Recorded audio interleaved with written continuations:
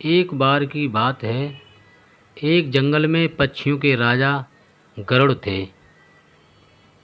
लेकिन जंगलवासी गरुड़ से असंतुष्ट थे। एक दिन मोर की अध्यक्षता में सभा हुई। मोर ने भाषण दिया, साथियों, गरुड़ जी हमारे राजा हैं, पर मुझे यह कहते हुए बहुत दुख होता है कि उनके राज्य में हम पक्षियों की दशा बहुत खराब हो गई है।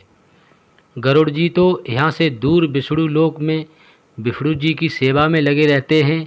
हमारी ओर ध्यान देने का उन्हें समय ही नहीं मिलता। हमें अपनी समस्या लेकर जंगली चौपायों के राजा सिंह के पास जाना पड़ता है। हमारी गिनती न 3 में रह गई है और न 13 में। अब हमें क्या करना चाहिए, यही विचारने के लिए यह सभा बुलाई गई है। तभी यह प्रस्ताव रखा गया कि हमें नया राजा चुनना चाहिए जो हमारी समस्याएं हल करे और दूसरे राजाओं के बीच बैठकर हम पक्षियों को जीव जगत में सम्मान दिलाए। मुर्गे ने बांग दी, कुकुड़कू, मैं प्रस्ताव का समर्थन करता हूँ। चील ने जोर से की सीटी मारी, मैं भी सहमत हूँ। मोर ने पंख फैलाए और घोषणा की, तो सर्वसम्मति से तय हुआ कि हम नए राजा का चुनाव करें, पर किसे बनाएं हम राजा। सभी पक्षी एक दूसरे से सलाह करने लगे। काफ़ी देर के बाद सारस ने अपना मुंह खोला, मैं राजा पद के लिए उल्लू जी का नाम पेश करता हूँ।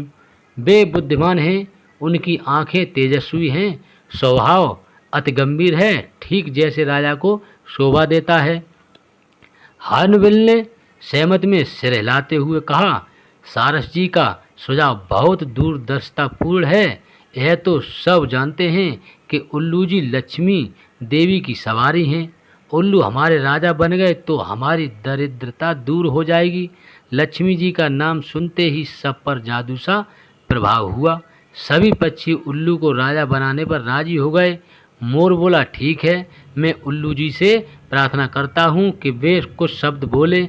उल्लू ने कहा, भाइयों, आपने राजा पद पर मुझे बैठाने का जो निर्णय लिया है उससे मैं गदगद हो गया हूँ। आपको विश्वास दिलाता हूँ कि मुझे आपकी सेवा करने का जो मौका मिला है, मैं उसका सदुपयोग करते हुए आपकी सारी समस्याएं हल करने का भरसक प्रयत्न करूँगा।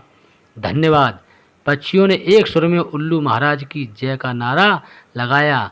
कोयलें गाने लगी। चील जाकर कहीं से मनमोहक डिजाइन वाला रेशम का शॉल उड़ाकर ले आई। उसे एक डाल पर लटकाया गया और उल्लू उस पर विराजमान हुए। कबूतर जाकर कपड़ों की रंग बिरंगी रीलें उड़ाकर ले आए और उन्हें पेड़ की टहनियों पर लटकाकर सजाने लगे। मोरों की टोलियां पेड़ के चारों ओर नाचने लगी। मुर्गों व शुतुरमुर्गों ने पेड़ के निकट पंजों से मिट्टी खोद खोद कर एक बड़ा हवन कुंड तैयार किया। दूसरे पक्षी लाल रंग के फूल ला लाकर कुंड में ढेरी लगाने लगे। कुंड के चारों ओर 8-10 तोते बैठकर मंत्र पढ़ने लगे। चिड़ियों ने सोने व चांदी के तारों से मुकुट बना डाला तथा हंस मोती लाकर मुकुट में फिट करने लगे।